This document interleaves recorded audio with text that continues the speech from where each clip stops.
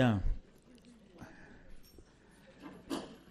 Alors, quand nous l'avons quitté tout à l'heure, Charles de Foucault finissait son périple au Maroc, son exploration au Maroc, et nous avions repéré que c'était le début du tournant, si je puis dire, le début du tournant. Il va donc un peu à Alger ensuite, et puis s'embarque pour Marseille le samedi 7 juin 1884. McCarthy était vraiment époustouflé du travail que Foucault avait accompli. Il écrit lui-même: on a rarement, bien rarement, aussi longtemps et aussi bien travaillé. Mais Foucault, comme on l'a vu tout à l'heure, était, il avait été affecté par ce travail, amaigri, etc. Et il avait aussi besoin de repos. Mais surtout, il est mûr maintenant pour qu'une autre étape de sa vie, une autre exploration, plus intérieure, dont il ne soupçonne pas encore l'immense territoire, commence. Et c'est cette exploration qu'on va essayer de suivre dans ce deuxième volet. Et on verra jusqu'où on arrivera. D'ailleurs, à ce sujet, il faut mieux que je mette la montre sur le truc, parce que sinon... Voilà. Donc, il va à Paris, rejoint la cousine, la famille aussi. Et voilà, c'est un moment où le travail qu'il a fait va être publié, où lui-même va séjourner de façon plus tranquille, en famille et tout ça. Mais la famille, une fois au mariage de je ne sais plus qui, il va rencontrer pour une première fois l'abbé Huvelin, mais sans savoir encore le rôle que cet homme allait jouer dans sa vie. Bon, il loue un petit appartement au 50 de la rue Miroménil, pas très loin de la rue d'Anjou, où habite la famille Moitessier, son oncle, sa tante, et puis le ménage aussi de sa cousine Marie de Bondy. Bon, maintenant qu'il a réussi brillamment son travail au Maroc, il est déjà considéré comme un scientifique respectable. Il peut paraître sans crainte devant la tante Inès, qu'il avait traité jusque-là de lâche sans volonté. C'est pour vous aider à grandir, il n'y a pas mieux, hein, lorsqu'il avait démissionné de l'armée.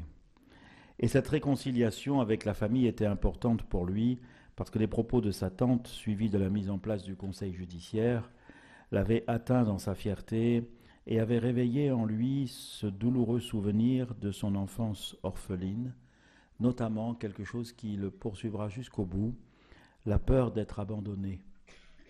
La peur d'être abandonné par les siens.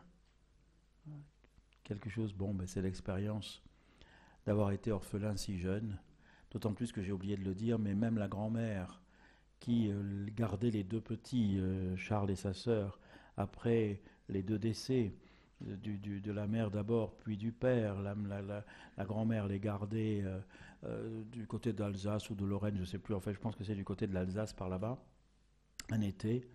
Et puis ils se sont promenés un après-midi. Et puis le long du chemin, il y avait des vaches. Et puis les vaches ont franchi la clôture et sont venues vers eux. La tante a pris peur, la grand-mère a pris peur à cause des vaches.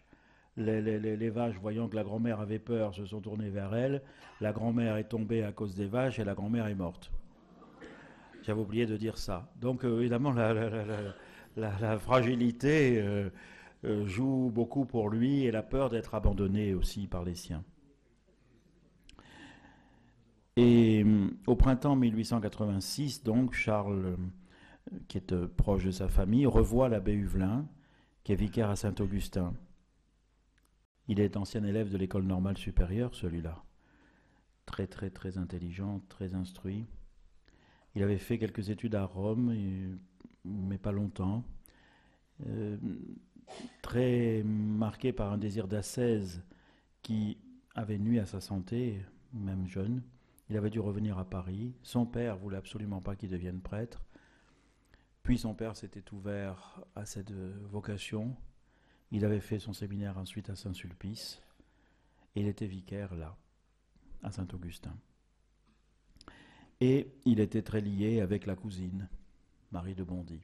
Et c'est elle, la cousine, qui conseille à Charles, au début du mois d'octobre, d'aller parler à l'abbé.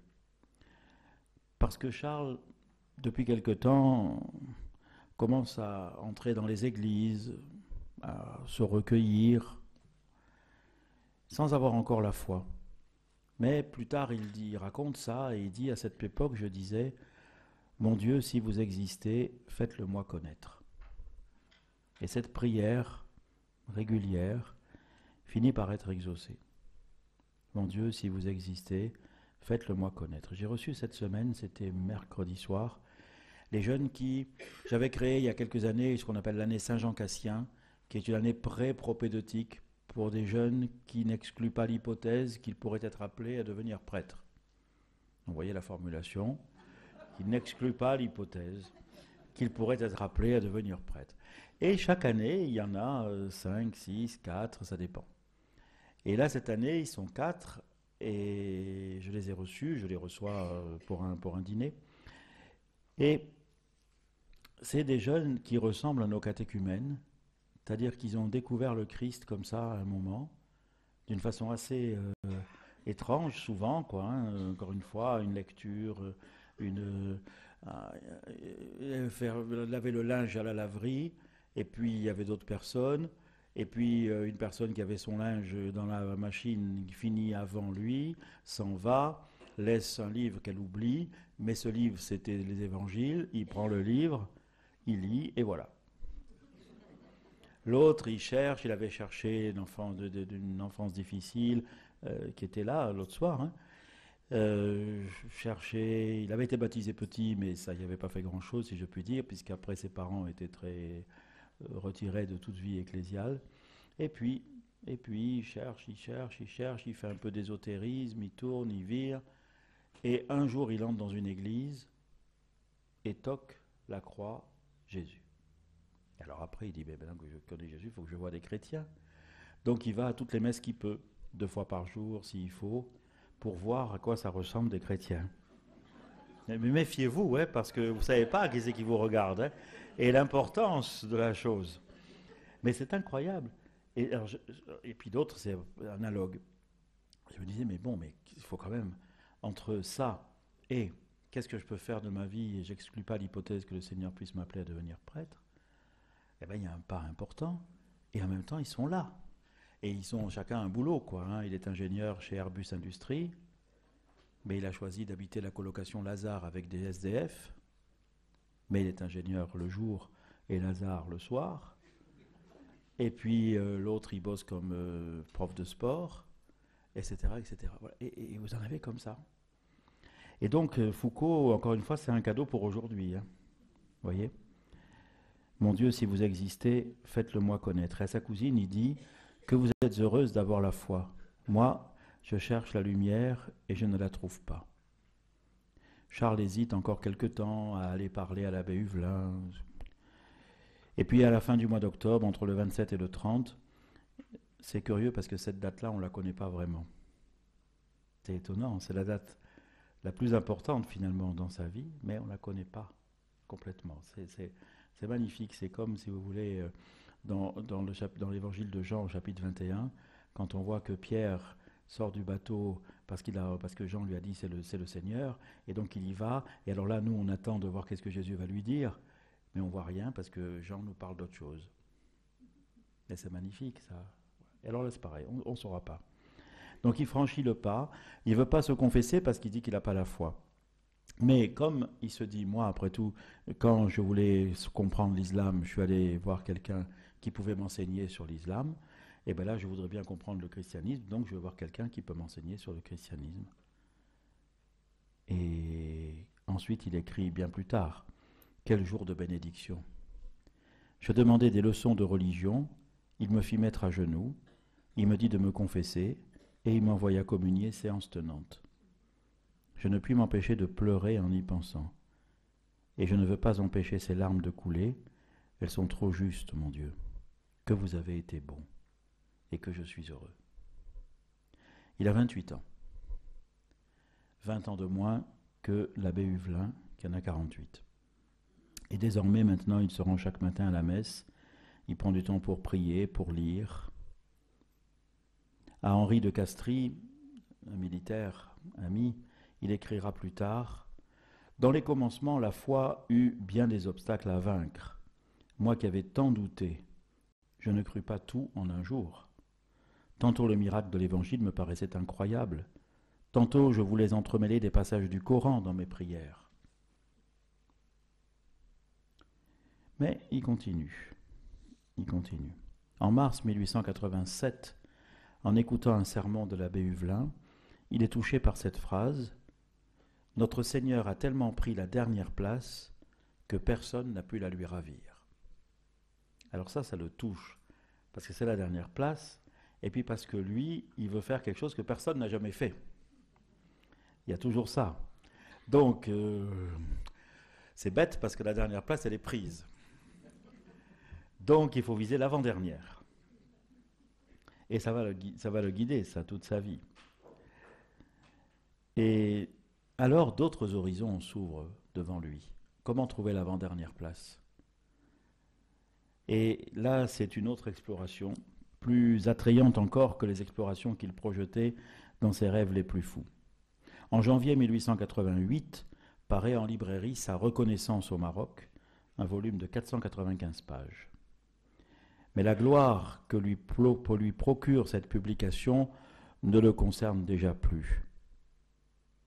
C'est très bien, mais bon, c'est fini. Il n'a plus besoin de cette reconnaissance. C'est une autre exploration qu'il est en train de faire. Aussitôt que je crus qu'il y avait un Dieu, écrira-t-il plus tard, je compris que je ne pouvais faire autrement que de ne vivre que pour lui. Ma vocation religieuse date de la même heure que ma foi. Dieu est si grand, et il y a une telle différence entre Dieu et tout ce qui n'est pas lui. Je désirais donc être religieux, ne vivre que pour Dieu, et faire ce qui était le plus parfait, quoi que ce fût. Vous voyez toujours, il faut que ce soit le mieux. Donc, bon, il va chercher, lui il aimerait faire tout de suite, là, il demande à Huvelin d'entrer tout de suite dans une abbaye. Mais Huvelin, qui a commencé à voir qui c'était celui-là, et qui avait un caractère suffisamment fougueux pour que l'une des choses importantes soit de le calmer un peu, lui dit de patienter. Alors il patiente. Comme la famille possède un château dans l'Indre, le château de la Barre, qui est l'hôtel des Bondis, il y va un moment pendant l'été 1888. Et là, la famille est aussi parmi les bienfaiteurs qui permettent l'entretien et les travaux de la trappe de Fontcombault. Donc, il se rend à la trappe de Fontcombault. Et voilà, bon, c'est la première fois qu'il va dans un machin comme ça. Mais il est touché parce qu'à un moment, alors qu'il parlait évidemment sans doute avec le père abbé et tout ça, passe un frère avec un habit rapiécé et vraiment pas présentable, mais de pauvre. Ah, alors il se dit, ça doit être bien. Ça doit être bien. Il voudrait entrer à Fontcombault. Mais non, l'abbé Huvelin résiste.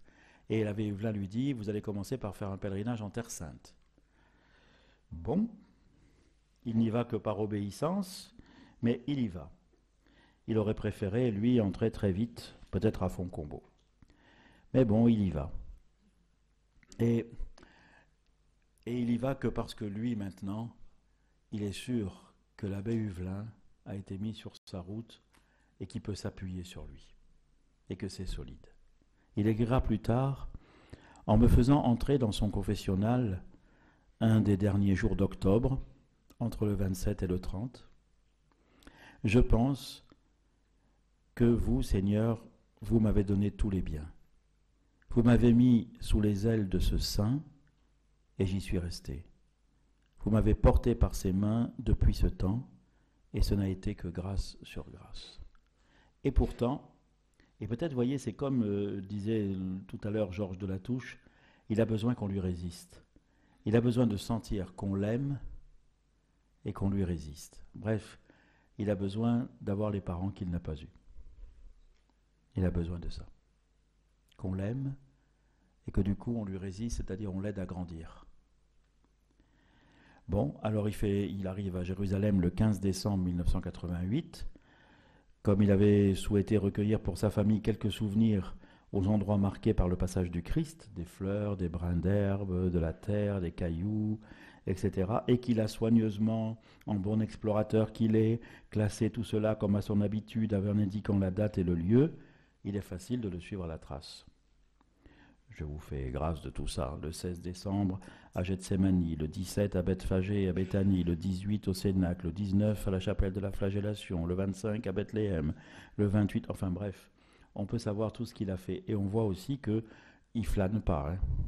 Il flâne pas. C'est un pèlerinage au pas de course. Mais bon, voilà, il va partout. Et l'abbé avait vu juste. Il passe à Nazareth. Il entrevoit ce qu'avait été dans cette ville la pauvreté et l'obscurité de la vie de Jésus. Et à partir de là, Nazareth, comme un aimant, ne cessera plus d'attirer son cœur. Bon, il tourne. Le 27 janvier, il passe à Emmaüs, à Cologné exactement, où il fait la connaissance d'un prêtre français, l'abbé Cléophas Vialet, qui est un ancien capitaine de l'armée française. Alors ça, et qui vit là depuis 1887 en solitaire, près du sanctuaire, et qui commence les démarches pour que, à Latroun, c'est-à-dire à 1 kilomètre d'Emmaüs, arrivent des trappistes français. Ouh. Ça commence à faire, ça fera son chemin. Il rentre à Paris le 14 février 1889. Comme le note Pierre Sourisseau, je profite de dire Pierre Sourisseau, si vous voulez une bonne biographie de Charles de Foucault, c'est la meilleure. Pierre Sourisseau. La meilleure, je ne sais plus comment ça s'appelle, mais c'est la biographie, c'est un gros livre comme ça, de Charles de Foucault, je pense qu'il est là-bas. Il écrit « Charles de Foucault ne pouvait pas ne pas être sensible au témoignage de cet ancien militaire devenu ermite en Terre Sainte. Et la fondation de cette trappe de Latroun, qui sera officielle le 7 décembre 1890, ne lui sera pas étrangère dans ses propres réflexions sur son avenir. » Mais bon, on n'en est pas là. Il rentre donc à Paris, le conseil judiciaire que la famille lui avait imposé est levé. Il redit, enfin il explique à l'abbé Huvelin tout ce pèlerinage sur les lieux saints, et il dit, ben maintenant ça y est, je peux entrer dans une abbaye. L'abbé lui dit, non, pas encore. Pas encore. D'abord, vous allez faire 4 retraites. La première, chez les bénédictins de Solesmes, durant les fêtes de Pâques. La deuxième, au mois de mai, à la Grande Trappe de Soligny, à l'occasion de la fête de la Sainte Trinité. Et ensuite, la troisième, alors entre la deuxième et la troisième, c'est le moment où il se consacre au Sacré-Cœur, à la basilique de Montmartre, le 6 juin 1889. La troisième retraite, vous allez la faire à la trappe de Notre-Dame-des-Neiges. L'abbé Huvelin ne lui demande pas ça pour rien. Lui, il n'est jamais allé, Huvelin, à Notre-Dame-des-Neiges.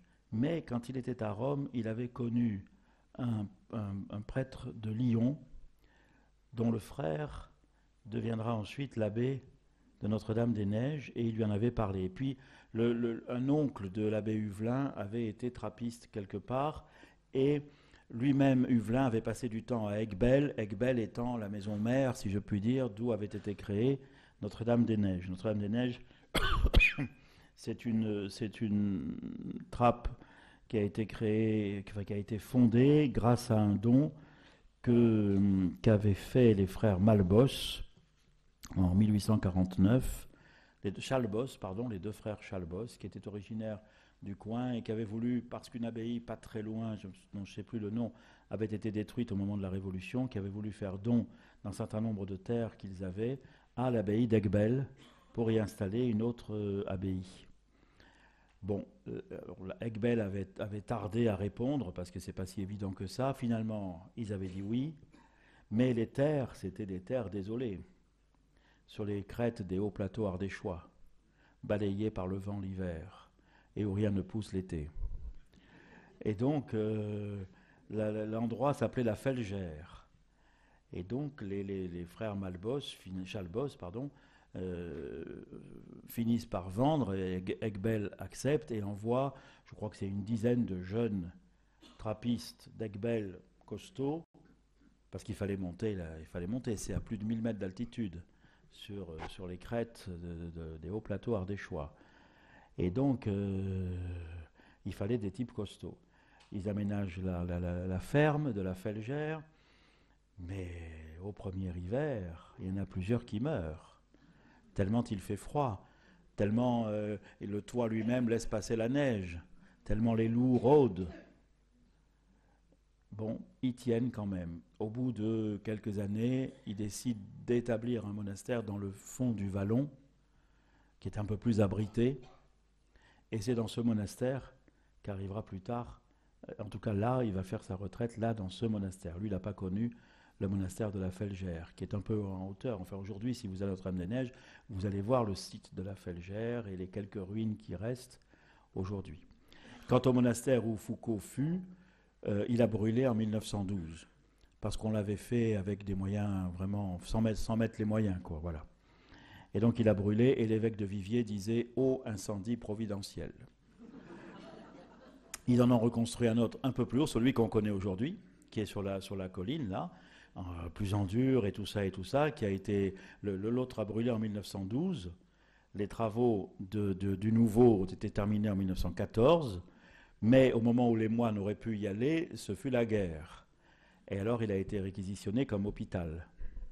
Et donc ce n'est qu'après la fin de la guerre, en 1919, que les moines se sont installés là où ils étaient jusqu'à il y a 2 ans. Et voilà. Et moi c'est comme ça, je fais une petite parenthèse, moi c'est comme ça, peut-être, parce que j'en sais rien, que Charles de Foucault est entré dans ma vie.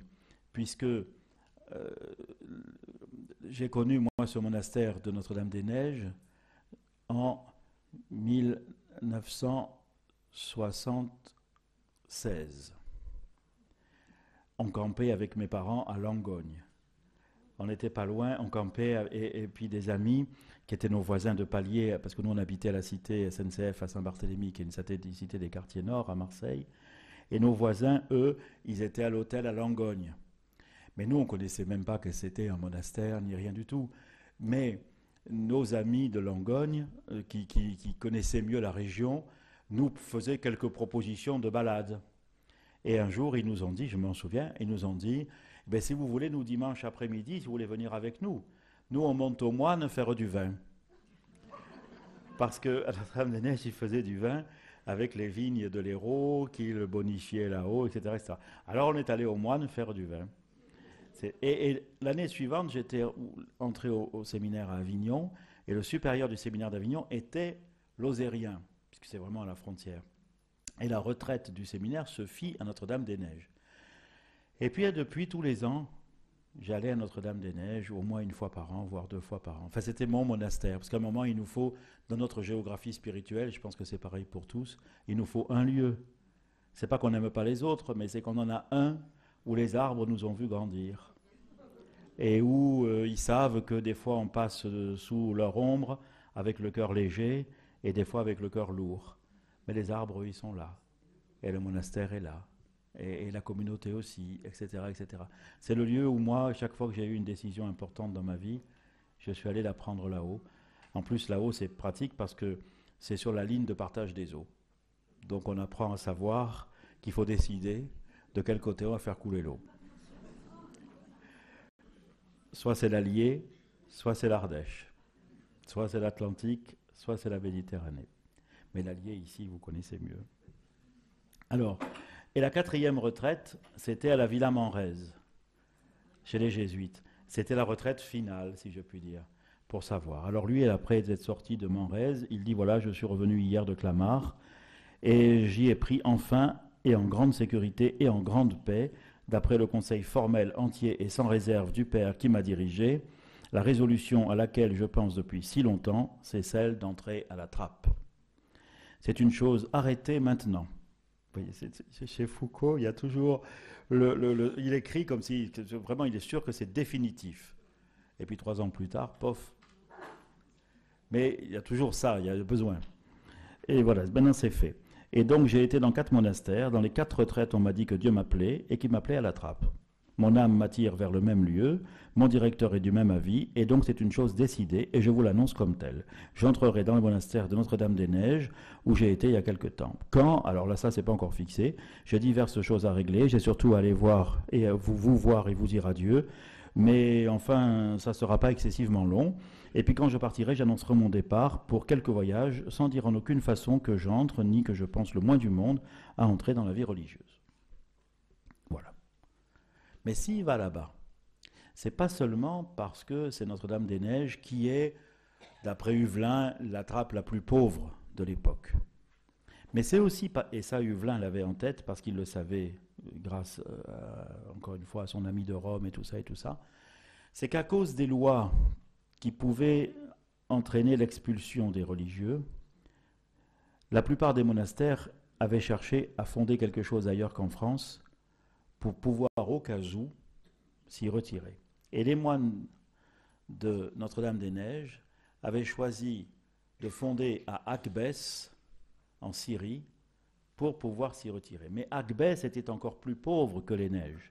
Alors Foucault, l'avant-dernière place, elle était certainement par là-bas. Donc, il décide d'y aller, et voilà. Il va y aller, mais il faut pas passer sous silence le sacrifice que c'est pour lui. En particulier, maintenant qu'il a retrouvé la chaleur de la famille, maintenant qu'il a retrouvé ça, voilà qu'il faut l'abandonner. Avant d'entrer à Notre-Dame-des-Neiges, il avait consulté Huvelin pour voir si Huvelin lui permettait de dire tout de suite au père abbé quand il arriverait qu'en fait il entrait là, mais pour aller à Akbès. Le père abbé lui dit d'accord, enfin Huvelin lui dit d'accord, le père abbé l'y autorise, et il entre donc, alors il décide ça vers la fin de 1889, et le 15 janvier 1890, à midi, il communie une dernière fois auprès de sa cousine, Madame de Bondy, à la messe de 9h, célébrée à l'autel de la Sainte Vierge de l'église de Saint-Augustin, puis va voir l'abbé Huvelin dans l'après-midi. Vous voyez que là, pour le coup, on sait tout. Dans l'après-midi, et vers 7h du soir, revenu à la rue d'Anjou, il fait ses adieux à sa cousine et il prend le train de nuit en direction de la Bastide, en Lozère, où est toujours la gare d'ailleurs, à quelques kilomètres du monastère. La séparation est si douloureuse que souvent à l'avenir, il reviendra sur ce qu'il appelle la blessure du 15 janvier. Sacrifice qui m'a coûté toutes mes larmes, car depuis ce temps, depuis ce jour, je ne pleure plus. Il semble que je n'ai plus de larmes, si ce n'est quelquefois en y pensant. La blessure du 15 janvier est toujours la même. Le sacrifice d'alors reste le sacrifice de toute heure. Quand il arrive le 16 janvier 1890 à 7h, il arrive au monastère, il a 32 ans. Il a 32 ans.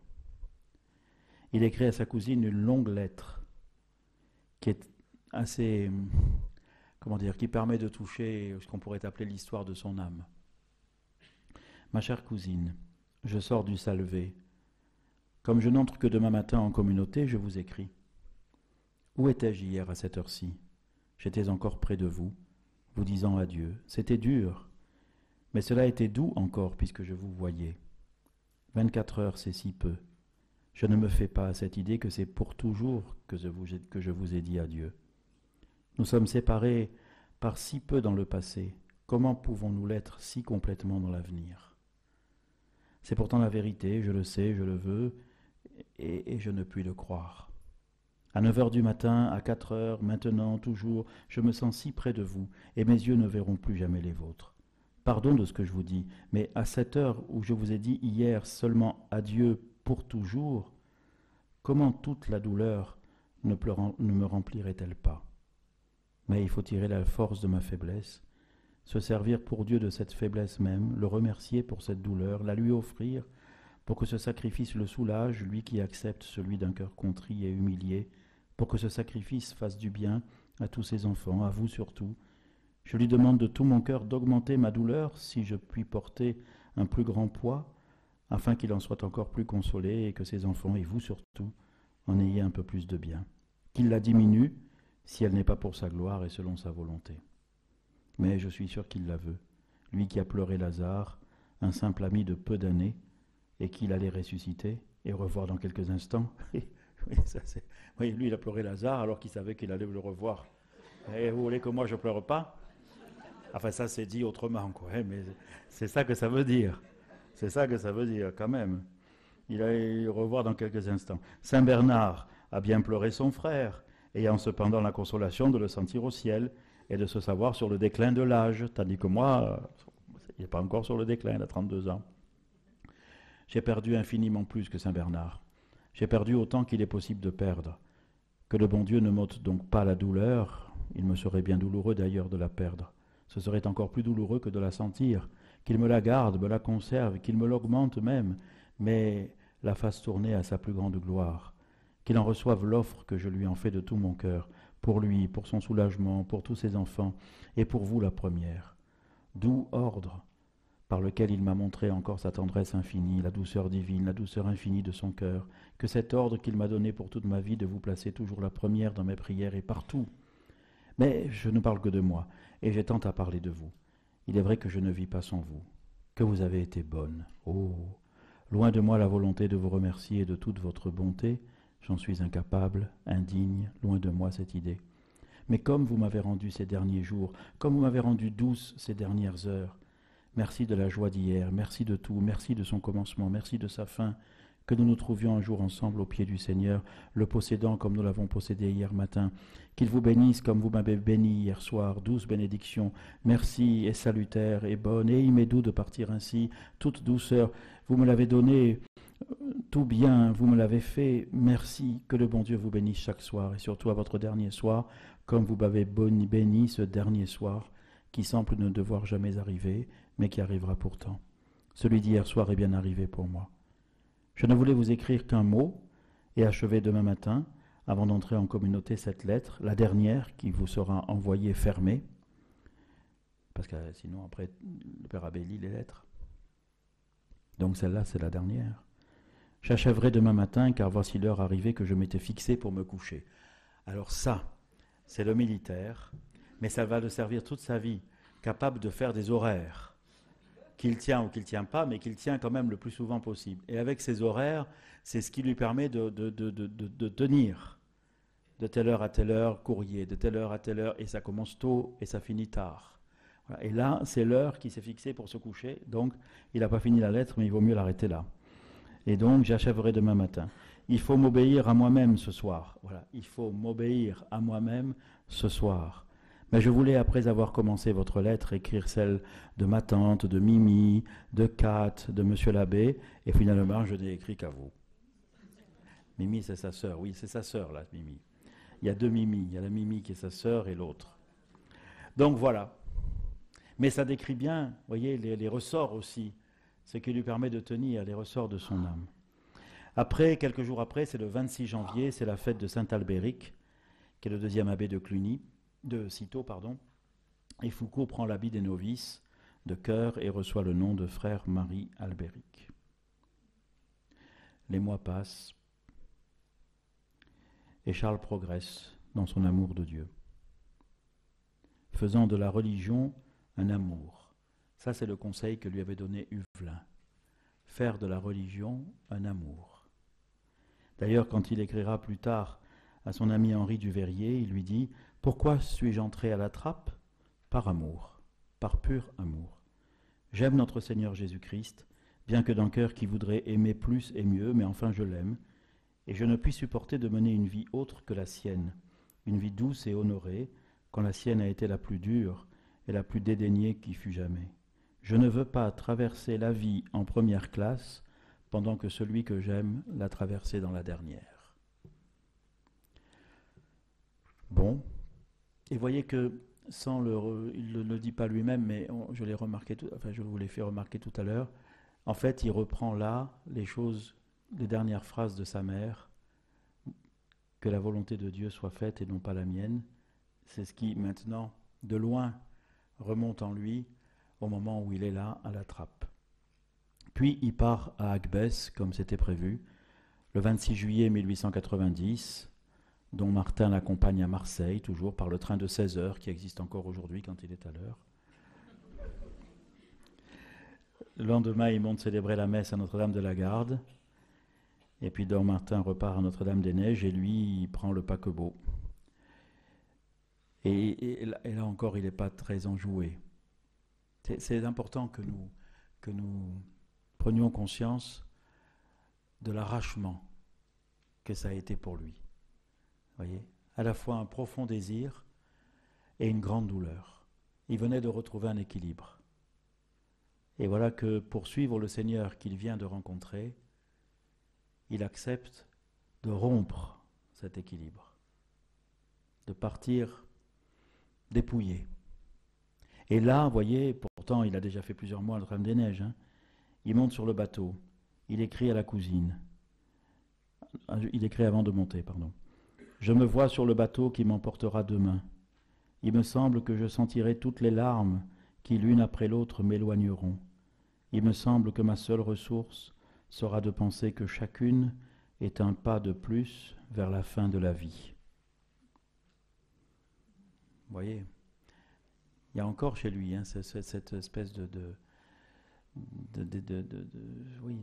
dépression, si je peux dire presque, vous voyez, cette difficulté. Mais bon, il y va. Alors il arrive à Agbès, au lieu dit Cherlé, à 1h15 de marche du bourg d'Agbès au nord de la Syrie, entre Adana en Turquie et Alep en Syrie, toutes deux de toute façon à l'époque province de l'Empire ottoman. C'est effectivement une trappe pauvre, il dit dans une lettre à Henri Duveyrier, il décrit, c'est des baraques, murs de planches et d'osier, des toits de chaume, mais le lieu est admirable. Une immense vallée qui est maintenant déserte. Nous jouissons de cette solitude. Il y a 30 ans, ce lieu était habité et la contrée, déserte à présent, était peuplée. À la suite d'insurrections, les Turcs en ont fait un désert. Alors c'est là qu'il dit, à la suite d'insurrections, les Turcs en ont fait un désert. Ils ne se doutaient pas que c'est à nous qu'ils préparaient la place. Ainsi en est-il des actions des hommes. On travaille souvent pour un autre objet qu'on ne croit. C'est là. Voilà. Bon, il vit là-bas. Au Carême 1893, on lui fait commencer des études de théologie. Il est content des études, mais il est inquiet. Il est inquiet parce qu'à la trappe, si on te demande de faire des études, c'est qu'il va falloir que tu deviennes prêtre. Et lui, il n'a pas envie de devenir prêtre. Parce qu'un prêtre a un statut. C'est lui qui voit ça comme ça. Un prêtre a un statut. Et ce statut en fait quelqu'un de respectable, et donc ça l'éloigne irrémédiablement de l'avant-dernière place. Et donc il ne veut surtout pas être prêtre. Il l'écrit. Il veut bien faire des études, mais il y va un peu à reculons parce qu'il se doute que ça va être pour qu'il soit prêtre. Et lui, il ne veut pas. À cause de ça. Je le dis souvent d'ailleurs aux prêtres à Marseille, méfiez-vous. Les gens vont vous mettre sur un piédestal et en faisant ça, ils vont vous éloigner du Christ. C'est pas ce qu'ils veulent, mais de fait. Donc, et des fois le piédestal, il arrange celui qui est dessus et il arrange ceux qui l'y mettent. Aussi. Parce qu'il faut aussi apprendre à grandir en liberté intérieure, en discernement, voilà. Et donc, ça nous mènerait trop loin si on poursuivait ça, mais vous avez compris. En tout cas, lui, il est tout à fait conscient du risque. Et puis alors, il y a un truc catastrophique qui se produit pendant qu'il est là-bas. C'est qu'il y a une réunion de tous les abbés cisterciens, de toutes les congrégations cisterciennes, et ils décident d'un certain nombre de choses en commun, et le pape est d'accord, et donc il y a un bref du Saint-Père qui approuve de nouvelles dispositions.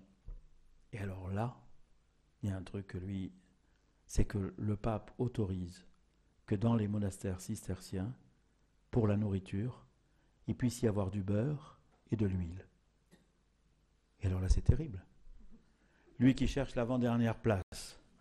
Maintenant, voilà qu'on lui met la cuisine avec le beurre et l'huile. Il écrit, je cite, Le beurre et l'huile, à la cousine, hein, le beurre et l'huile sont maintenant autorisés comme assaisonnement. De sorte que maintenant, depuis quelques semaines, nous n'avons plus notre chère cuisine au sel et à l'eau. On nous met je ne sais quoi de gras dans notre nourriture. Vous comprenez que je le regrette. Hein. Un peu moins de mortification, c'est un peu moins donné au bon Dieu. Un peu plus de dépenses, c'est un peu moins donné aux pauvres. Et puis, où cela s'arrêtera-t-il? Sur quelle pente sommes-nous? Alors ça, plus le reste, fait que la trappe, c'est plus tout à fait la voie royale pour arriver à l'avant-dernière place. Et puis, une autre chose qui se produit, c'est que les Turcs commencent à faire des exactions contre les chrétiens et à en tuer beaucoup. Et dans le pays où ils sont, il y a beaucoup d'Arméniens qui sont chrétiens et qui du coup se font malmener, voire tuer, etc., etc. Au point que les moines sortent du monastère pour porter assistance ou pour porter des couvertures et tout ça aux familles arméniennes. Et lui, qui croyait être dans le lieu le plus pauvre et tout ça, voit que ces familles vivent encore plus pauvrement que les moines. Alors là, ça continue à faire tanguer l'assurance tranquille qu'il fallait qu'ils soient là. Et d'autant plus que eux, comme ils sont au monastère, ils sont protégés par les Turcs. Et ça l'énerve de devoir sa protection à ceux qui sont en train de tuer les coreligionnaires. Bon, alors c'est tellement tendu d'ailleurs que le père abbé lui demande de s'occuper de la défense du monastère, parce que comme il est militaire, alors il a cette astuce, avec quelques fusils, de faire tirer quelques moines dans les tuyaux de cheminée pour faire croire que c'est une artillerie beaucoup plus forte qu'il y a là. C'est Foucault. C'est Foucault. Bon, alors tout ça, ça fait que ça le travaille. Je vous ai dit mon sentiment après ces quelques mois d'études. Je suis très content d'étudier la théologie. Je reste plus désireux que jamais de ne pas devenir prêtre. La dernière place est une chose dont je ne suis pas détaché. Notre Seigneur y a trop tenu. Et il écrit ensuite, encore dans une autre lettre, voyant qu'il n'était pas possible à la Trappe de mener une vie de pauvreté, d'abjection, et de détachement effectif, d'humilité, et je dirais de recueillement de notre Seigneur tel qu'il l'a vécu à Nazareth. Vous voyez, il n'est pas encore retourné à Nazareth, mais Nazareth, c'est le modèle. Je me suis demandé si notre Seigneur m'avait donné si vivement tous ses désirs uniquement pour que je les sacrifiasse, ou bien si, puisqu'aucune congrégation dans l'Église ne donne aujourd'hui la possibilité de mener avec lui cette vie qu'il a menée en ce monde, s'il n'y avait pas lieu de chercher quelques âmes avec lesquelles on put former un commencement de petite congrégation de ce genre. Et voilà que commence cette volonté de créer autre chose, puisque finalement, il ne trouve pas ce qu'il veut. Bon, c'est comme ça qu'il demande à l'abbé Huvelin temporise, par courrier évidemment, hein, par courrier, en lui disant mais non, attendez un peu. Et puis il y a autre chose aussi qui vient là, c'est que à force d'aller chez ces Arméniens là, en difficulté, un jour il se dit, c'est dommage que je ne sois pas prêtre, c'est la seule fois, parce que là je leur porte des couvertures et de la nourriture, et si j'étais prêtre, je pourrais aussi leur porter les secours des sacrements. C'est la première fois où peut-être que ce serait bien. Voilà. Bon. Ensuite, voilà, il l'écrit, hein, au fort de la persécution arménienne, j'aurais voulu être prêtre et puis savoir la langue des pauvres chrétiens persécutés, mais je ne savais pas. Toute sa vie, d'ailleurs, il restera sensible au sort des chrétiens de Syrie et d'Arménie. Il dit même, c'est bête qu'on ait une trappe avec une liturgie occidentale. Il faudrait mettre en place une trappe, mais sans la liturgie compliquée de Saint-Benoît, avec cependant oraison, rosaire et tout ça. Mais notre liturgie ferme la porte de nos couvents aux Arabes, aux Turcs, aux Arméniens, qui sont de bons catholiques, mais qui ne savent pas un mot de nos langues. Et il dit aussi, il faudrait qu'il y ait une trappe, c'est un petit nid de foi, de ferveur, et c'est ça qu'il faudrait dans ces pays. Et, de très loin, vous voyez Tibérine ou Midelt, voilà, ces foyers de vie qui ont un rayonnement. Mais bon, tout ça, ça fait qu'il est de moins en moins heureux et de moins en moins demandeur de changer les choses. Mais l'abbé Huvelin résiste. Il lui dit, j'avais espéré que vous trouveriez à la trappe ce que vous cherchez, que vous y trouveriez assez de pauvreté, d'humilité, d'obéissance pour pouvoir suivre notre Seigneur, et je regrette que cela ne puisse pas être. Il y a une poussée trop profonde vers un autre idéal en vous, et vous arrivez peu à peu, par la force de ce mouvement, à sortir du cadre de la trappe, à vous trouver déplacé. Je ne crois pas en effet que vous puissiez enrayer ce mouvement. Dites-le à vos supérieurs, dites simplement votre pensée, dites à la fois votre estime profonde pour la vie que vous voyez autour de vous, et en même temps le mouvement invincible qui depuis si longtemps, quoi que vous fassiez, vous porte vers un autre idéal. Vous voyez la pertinence douce mais claire de l'abbé Huvelin. J'aurais tant voulu vous garder à une famille où vous êtes aimé, à laquelle vous auriez pu donner beaucoup. Je trouve, mon enfant, qu'on vous a bien dirigé et formé à la trappe, mais invinciblement, vous voyez autre chose. 29 ans aujourd'hui que je suis prêtre, dit l'abbé Huvelin. Que j'aurais aimé vous voir prêtre, vous. Mais bon, frère Albéric demande à ne pas prononcer ses vœux. La chose fait son chemin. En même temps, la persécution s'intensifie.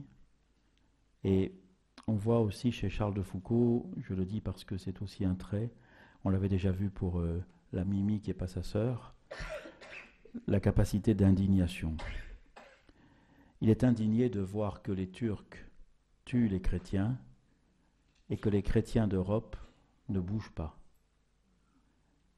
Ni même les gouvernements d'Europe ne bougent pas. Il écrit « Dans la ville la plus proche, à 10 lieues d'ici, la garnison turque a tué 4500 chrétiens en 2 jours.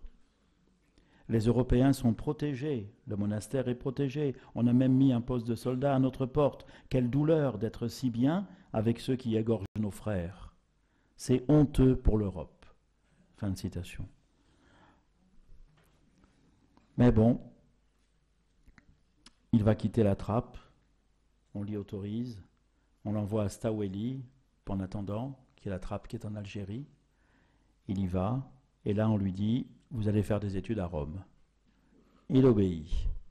Il obéit grâce à un frère piémontais qui était à Staweli, il apprend un peu l'italien. Enfin, il n'a pas d'illusion, il dit, vieux ignorant comme moi, bon, il n'est pas si vieux que ça, sans habitude du latin, j'ai grand-peine à suivre les cours. Je serai un âne en théologie comme en tout. La première année à Rome, il fait quelques études de philosophie, etc.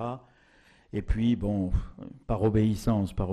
Mais le père abbé général des cisterciens, en janvier 1897, finalement dispense Charles de ses vœux et le laisse libre de suivre le chemin de sa vocation. Le voilà libre à Rome. Que faire?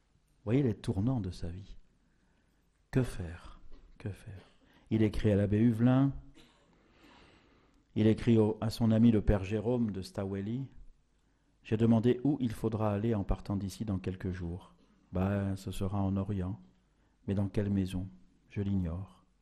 Le bon Dieu me le dira par la voix de mon directeur. Voyez que j'ai besoin de vos prières. L'avenir est si inconnu. Dieu nous mène par des chemins si inattendus. » Et Huvelin lui dit, « J'ai peur pour vous d'une autre trappe, où je vous aimerais mieux cependant.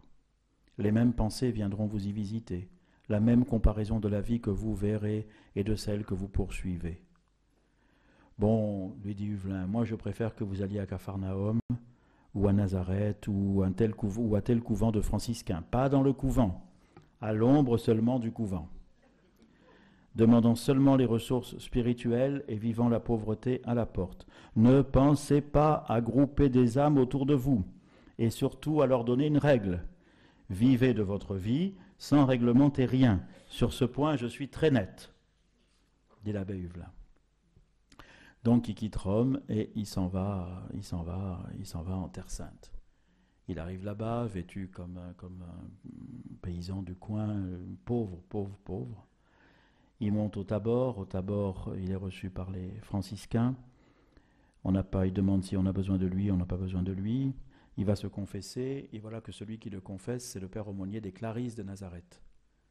Alors le père aumônier lui dit, écoutez, si vous n'avez rien, vous pouvez toujours aller demander aux Clarisses à Nazareth. Et puis voilà, c'est ce qu'il fait. Il y va, et là il est accueilli dans la petite baraque. On voit encore, quand on est à Nazareth, ce jardin. Et alors là, il est tout heureux. Il est accueilli le 10 mars. Et comme c'est un mercredi, il pense que ça, c'est la main de Saint Joseph.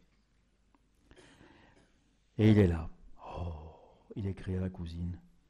Je sers les messes, les bénédictions du Saint-Sacrement, je balaye, je fais des commissions, je fais tout ce qu'on me dit de faire. Le travail commence après la messe à 8h du matin et finit à l'heure de la bénédiction du Saint-Sacrement qui a lieu en moyenne tous les 2 jours, à 5h du soir. Les dimanches et fêtes, je n'ai rien à faire, alors je peux prier toute la journée. Je loge dans une cabane en planche, hors de la clôture. C'est exactement la vie que je cherchais. Alors ça va être une période magnifique, ça va durer 3 ans à peu près, cette période en Terre Sainte. Mais je voudrais pour finir aussi faire quelques remarques, un peu comme tout à l'heure. D'abord, on est frappé quand on lit tout ça du caractère évolutif de sa vocation. Et on comprend que c'est le caractère de toute vocation. Qu'une vocation, ce n'est pas un truc statique, c'est quelque chose de dynamique. On ne peut même pas dire « Ah, ben vous comprenez, moi maintenant je suis prêtre, alors ma vocation je l'ai trouvée, ou je suis mariée, ou je suis religieuse, bon, ça y est, ma vocation j'ai trouvée. » Ah non, tu ne la connais pas, ça s'appelle le choix d'un état de vie, ou la réponse à un appel. Mais ce n'est pas ça encore ta vocation. Ta vocation, tu la comprendras qu'à la fin. La vocation n'est pas statique, elle est dynamique. Tu la comprendras que le jour où, comme dit le livre de l'Apocalypse, sur le caillou blanc de l'autre rive, tu découvriras le nom qui est écrit et que ne connaît que celui qui le reçoit. Et là, dans le regard de Dieu, devant ce nom qui éveillera en toi la connaissance de ta vocation, tu regarderas ta vie et tu comprendras que la cohérence de cette vie ne s'éclaire que maintenant. Et que même des choses qui t'avaient paru incohérentes faisaient partie de l'action de Dieu en toi. C'est ça ta vocation. Tu ne la découvriras qu'à la fin. Et ça, c'est très important. Très important. Foucault, pour lui, il avait pensé être explorateur, militaire, explorateur. Puis, ayant réussi à se prouver à lui-même qu'il était capable de faire de grandes choses, il avait voulu se tenir à cette hauteur. Et quand il avait trouvé Dieu, il voulait aussi être à la hauteur de cette puissante découverte. Et puis il comprit que la question n'était pas tant de gravir les hauteurs, mais de descendre à la dernière place. Et donc c'est ce qu'il a essayé de faire. Puis la trappe, puis 2 trappes, et puis sorti de la trappe. Et puis Nazareth, qui toujours l'attirait. La vocation est sans cesse en travail. Ma vocation, c'est la cohérence que prendra ma vie quand je la regarderai à la fin, en plongeant mon regard dans celui du Père. Jusque-là, ma vocation est en travail d'enfantement. C'est très important de se redire ça. Très important. À quelque âge qu'on soit de la vie. Il s'agit de répondre à un appel avec courage et humilité, c'est-à-dire sans renier notre passé, sous prétexte que l'on se serait converti et que ce qui était avant ne compte pas. C'est faux, ça. Des fois, il y a des gens qui vont comme ça ne m'amène pas loin. Ni renier notre passé, ni rogner notre avenir, sous prétexte que la barre nous semble placée trop haut et qu'on préfère se contenter de la médiocrité. C'est pas toi qui décides la hauteur de la barre, même si elle te paraît trop haute, puisque c'est le Seigneur qui te donnera la force de la franchir.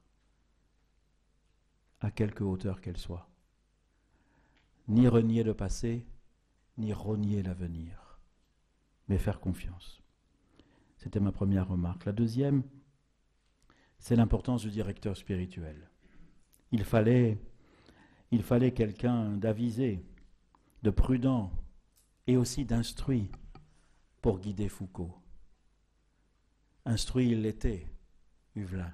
Il était instruit et il était malade. Il était malade, Huvelin. Il passait son temps, il ne pouvait pas, à cause des migraines, il passait la grande partie de la journée dans le noir. Il ne pouvait pas. La migraine et plein d'autres choses. Il fallait le souffreteux Huvelin pour guider le fougueux Foucault. Il fallait ça, instruit et sachant ne pas pouvoir compter sur ses propres forces, pour aider Foucault à cesser de penser qu'il pouvait ne compter que sur ses forces, qui lui, il en avait. Lui, il en avait. Quand on voit ensuite la vitalité de cet homme, c'est incroyable. Les voyages ensuite en Algérie, là-bas dans le désert et tout ça, il épuiserait un bataillon. Il a une force. Et tout le travail du Huvelin sera de canaliser cette force et surtout qu'elle ne l'empêche pas d'avoir confiance en Dieu plus qu'en lui-même. Il faut un bon directeur spirituel. Il fallait à Foucault un saint directeur qui sut chercher avec lui la vérité, garantir sa liberté et le conduire à l'humilité. Vous avez vu, quand je vous ai lu des extraits de lettres, la délicatesse du propos. Il ne force pas sa liberté, bien qu'il lui dise son avis. Ne jamais les négliger, ces relectures du chemin sur lesquels le Seigneur est venu nous chercher. On peut dire que les dons que Dieu a faits à notre nature, et à Foucault il en avait fait beaucoup, sont souvent les semences par lesquelles mûrit en nous la grâce. Et une des choses importantes que Huvelin a faites pour Foucault, c'est qu'il ne se laisse pas voler son humanité. C'est son humanité jusqu'au bout. Même quand il sera à Tamanrasset et qu'il commencera à y avoir des incursions de rebelles libyens dans le sud de l'Algérie, il ira conseiller les militaires pour dire comment il faudrait faire, et que d'ailleurs ils n'avaient pas très bien fait. Enfin, jusqu'au bout, il reste, on voit les lettres envoyées à des militaires, il reste ce que son humanité a appris. La troisième chose, c'est la capacité d'indignation. Sa volonté farouche de justice. On l'avait déjà vu avec la fameuse Mimi, qui faisait qu'elle soit libre. Et là, on le voit encore plus avec les Arméniens, les Turcs et l'Europe. Et après, il aura cette capacité d'indignation par rapport à l'activité de la France colonisatrice qui s'intéresse plus au pays, mais pas assez à la richesse spirituelle des habitants qui y sont. Il écrira des choses très, très lucides. Lui, il est la colonisation, il connaît bien. Il est militaire, il est ceci et cela.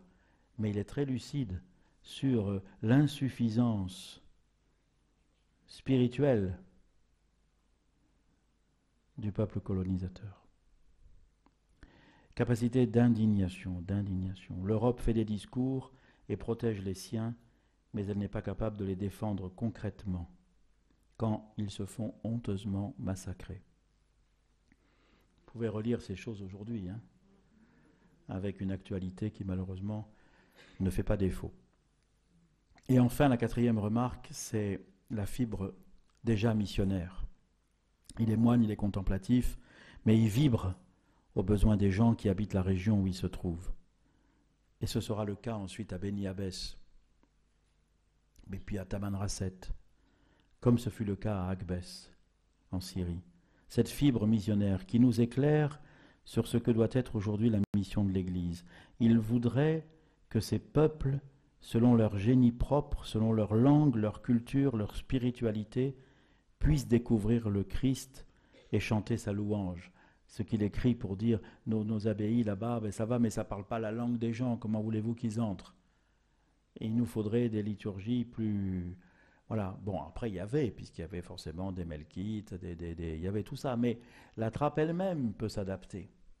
Et il aurait aimé ensuite, quand à Nazareth, il ne saura plus trop qu'est-ce qu'il veut faire et que l'envie de finalement peut-être de construire une trappe lui-même, mais il voudrait justement qu'elle soit avec ses langues. Bon, mais tout ça, c'est des idées qui lui traversent la tête, mais ce désir missionnaire qui est si profond. Et si vous avez le temps, je vous invite encore à revenir au paragraphe 13 de Lumen Gentium que j'évoquais tout à l'heure, en particulier cette phrase, si empreinte de ce que fut la vocation de Charles de Foucault, et par laquelle je conclus.